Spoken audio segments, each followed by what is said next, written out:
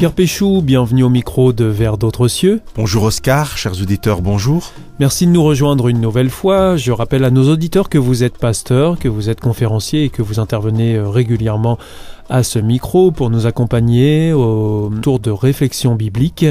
Alors aujourd'hui, vous nous proposez de nous arrêter sur un passage que l'on retrouve dans un livre qui s'intitule « Les Actes des Apôtres ». Et alors ce passage nous raconte que 40 jours après la résurrection de Jésus, les disciples et Jésus sont réunis et pendant qu'ils ont une discussion, eh bien Jésus s'élève dans le ciel et disparaît à leur vue. Alors ce passage, Pierre Péchou, fait référence à un événement que l'on nomme l'Ascension et qui correspond à une fête de notre calendrier chrétien. Quelle est la signification de cet événement, Pierre Péchou, le fait que Jésus disparaisse comme ça dans les airs? C'est une étape dans ce que Jésus veut vivre avec nous. Vous avez noté que c'était 40 jours après sa résurrection. Alors si on remonte encore plus loin, un enfant est né, nous fêtons Noël pour se rappeler la naissance de Jésus. Jésus va grandir et à l'âge de 30 ans va avoir un ministère pendant 3 ans avec ses disciples. Ce sont ces mêmes disciples qui assistent à l'ascension.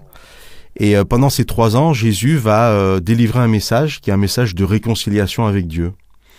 Et ces 3 ans nous amènent au temps de Pâques, où Jésus va mourir et ressusciter. Et ensuite, vous avez parlé des 40 jours où Jésus va mettre une touche finale, en quelque sorte, à son enseignement et ensuite monter au ciel. Et le fait qu'il s'en aille de cette manière, ça a une signification particulière ? Oui, donc c'est une étape et non pas une fin en soi. C'est-à-dire que Jésus ne monte pas pour disparaître aux yeux des hommes en disant « j'ai fait mon job et maintenant débrouillez-vous ». C'est une étape dans le sens où, au ciel, Jésus va continuer un ministère et c'est pour ça que nous pouvons prier aujourd'hui, nous adressons à Jésus, à Dieu, parce que nous savons que le ciel et la terre sont très proches, ça forme un tout et que Jésus continue un ministère. Et comment est-ce que les disciples perçoivent ce moment en particulier? Parce qu'ils sont présents à ce moment-là.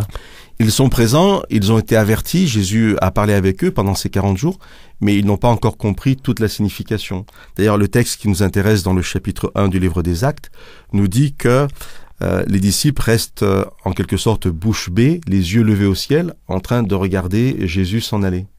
Ils n'ont plus aucune réaction. Alors, Jésus... C'est un grand moment de solitude quand même pour eux. Oui, c'est un grand moment de solitude parce que si nous lisons le dernier verset de l'évangile de Matthieu, qui correspond au même moment, mais avec des paroles différentes qui nous sont rapportées, Jésus dit à ses disciples, « Quant à moi, je suis avec vous tous les jours jusqu'à la fin du monde. » Et si Jésus dit ça, c'est parce que justement il va partir.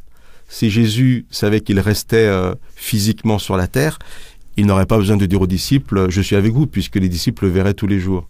Mais parce que Jésus sait qu'il va monter au ciel, il va dire aux disciples une parole qui nous semble contradictoire avec le fait qu'il parte, c'est « Je suis avec vous tous les jours ».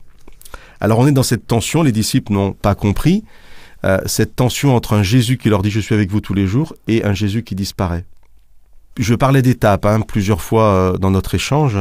Il faut bien comprendre que le Nouveau Testament, qui est la deuxième partie de la Bible avec l'Ancien Testament, nous parle de la présence de Jésus parmi nous seulement dans les 4 évangiles.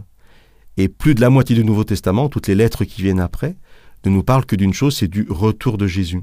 Alors on revient maintenant aux disciples qui sont bouche bée, les yeux levés au ciel, dans l'expectative de cette disparition.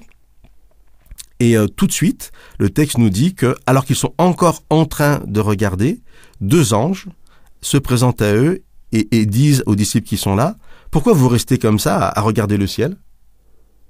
Point d'interrogation. Mais tout de suite après, ces anges rajoutent, « Ce Jésus qui a été enlevé au ciel viendra de la même manière que vous l'avez vu aller au ciel. » Donc son départ annonce son retour. Exactement. Et en fait, l'ascension n'est intéressante en quelque sorte que parce que il y aura le chemin inverse. Et donc, lorsque nous réfléchissons à l'ascension, bien sûr, nous pouvons réfléchir à ce Jésus qui va continuer son ministère, mais surtout, et c'est ce que les anges disent aux disciples, aux personnes qui sont là, pensez à l'ascension parce que de la même manière, Jésus reviendra. Et nous sommes vraiment aujourd'hui dans un temps d'attente parce que nous avons cette promesse qu'un jour, Jésus reviendra Et cette parole de Jésus qui dit « Je suis avec vous tous les jours jusqu'à la fin du monde » prendra toute sa dimension, puisque nous pourrons vraiment jouir de sa présence dans un monde rénové, restauré, sans pleurs, sans tristesse, sans malheur, sans mort.